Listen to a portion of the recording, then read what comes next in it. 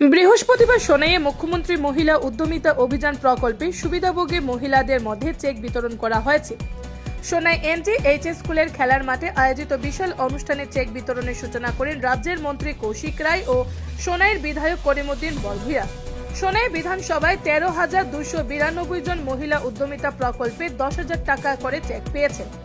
অনুষ্ঠানে প্রধান অতিথির বক্তব্যে খাদ্য, অসামরিক ও বরাক উপত্যকা উন্নয়ন বিভাগের মন্ত্রী কৌশিক রায় জানান, মুখ্যমন্ত্রী হিমন্ত বিশ্ব শর্মার উদ্যোগে অসমের মহিলাদের উৎসাহিত করার পাশাপাশি তাদের যথেষ্টভাবে উপকৃত করবে এই প্রকল্প।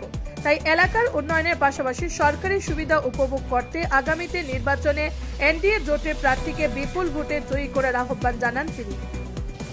অনুষ্ঠানে বিধায়ক করিমউদ্দিন বরভূয়া সাজু বলেন, সোনাইয়ে উন্নয়নের ধারা ও শান্তির পরিবেশ কায়েমের লক্ষ্যে অগপথে যোগ দিয়েছে, যাতে সমগ্র রাজ্যের সঙ্গে সোনাই অঞ্চলের জনগণ উন্নয়ন থেকে বঞ্চিত না হয়।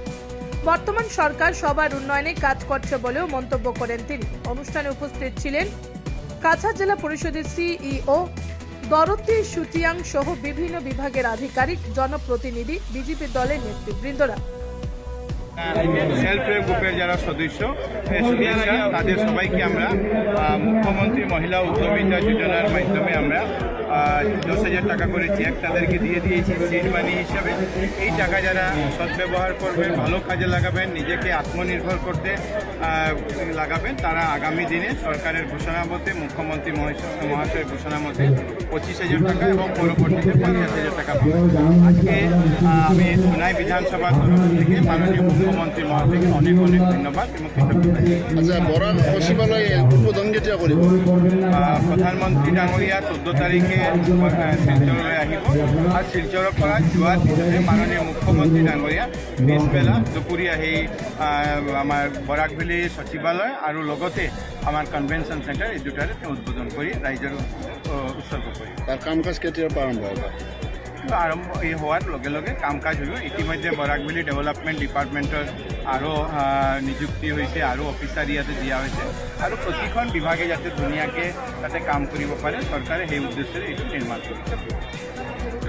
ঠিক আছে, আসলে আমরা দিয়েছিলাম, সেই ব্যক্তি এখন রাজনৈতিক দল পরিবর্তন করেছে। আমি ওনাকে জিজ্ঞাসা করেছিলাম, এয়ারপোর্টে দেখা হয়েছিল কিছুদিন আগে, আমি ওনাকে জিজ্ঞাসা করেছিলাম আপনি কেন বিজেপি ছাড়লেন? উনি আমাকে কি উত্তর দিয়েছেন জানেন? উনি আমাকে বলেছেন যে আমি বিজেপিতে থাকলে সোনাই ডিলিমিটেশন হয়েছে, বিজেপিতে থাকলে সোনাই থেকে আমি জিততে পারবো না। আশ্চর্য লেগেছে আমাকে যে এক ব্যক্তি বলছেন যে সোনাইকে বিজেপি থেকে দাঁড়ালে আমি জিততে পারবো না, আরেকজন ব্যক্তি বলছেন যে আমি সোনার উন্নয়নের জন্য আমি দল পরিবর্তন করে আমি NDA এসেছি। এই পার্থক্যের জন্য আমি করিমউদ্দিন বরভূয়া মহাশয়কে অনেক অনেক ধন্যবাদ জানাই। আর আমি ওনাকে অনুরোধ করবো যে আপনি সোনাইয়ের উন্নয়নের জন্য, সোনাই জনগণের উন্নয়নের জন্য আপনি আপনার নিরন্তর প্রয়াস করুন। ভারতীয় জনতা পার্টির নেতৃত্বাধীন ডক্টর হিমন্ত বিশ্ব শর্মার নেতৃত্বাধীন বিজেপি সরকার, NDA সরকার সমস্ত প্রথমে সাহায্য সহযোগিতা আপনাকে করতে আমরা প্রস্তুত আছি, যাতে সোনাই মানুষের উন্নয়ন আমরা করতে পারি। 1991 সালে আমরা সোনাই জিতেছিলাম, 2021 আমরা আবার জিতেছিলাম।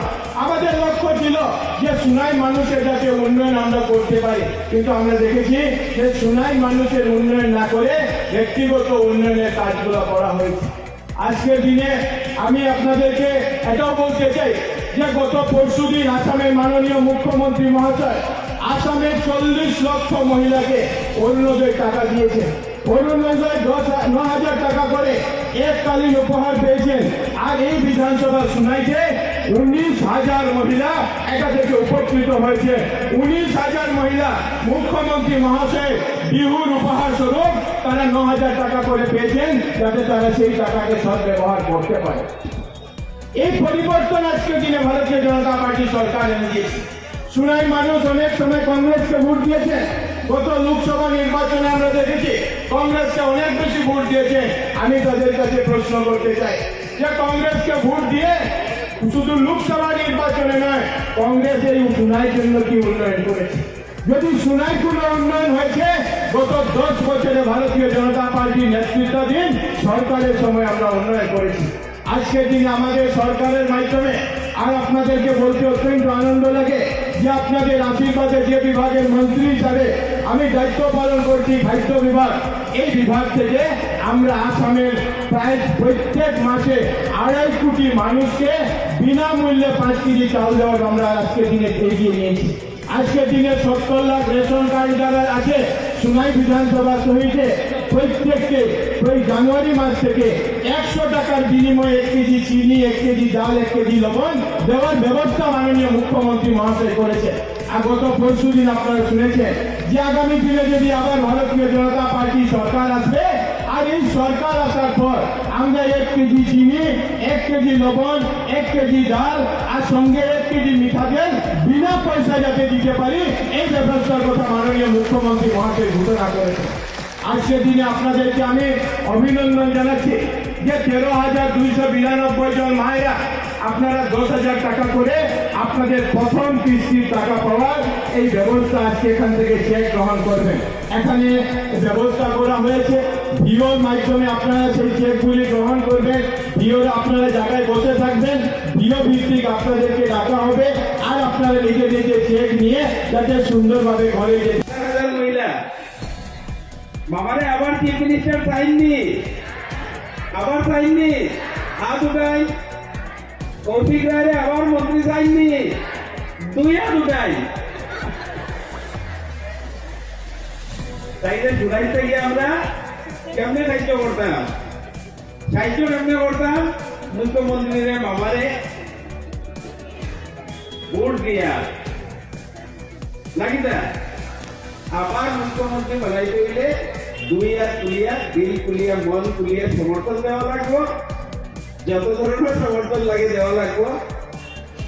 আর বাকি যারা আমার মহিলা সকল আছেন, আমি দায়িত্ব নিয়ে বইয়ার আপনার এখানে আমি কৌশিক বাবুর উপরে ভরসা করিয়া বইয়া বাকি যত মহিলা আছেন আগামী দিন বাকি সবরে দেওয়া হবে।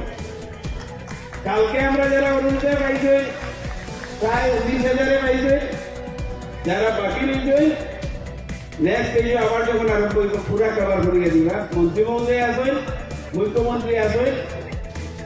আমি কালকে দেখছেন যে ঘর আবার বদলাইছি, কে লাগি বদলাইছি জানি।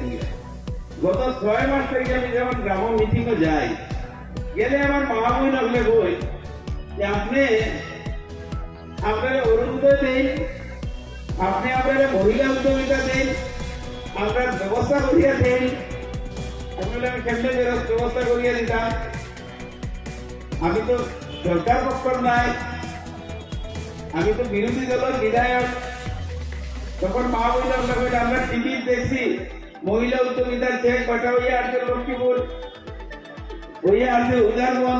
আমরা শুনাই কই না কেন? আমরা শুনাই 13,000 পাইছি, অন্য জায়গায় 27,000 25,000 পাইছি। আমরা অরুণোদয় 19,000 পাইছি, অন্যান্য সমস্ত 30,000 পাইছি। তাকে কই কি করতাম?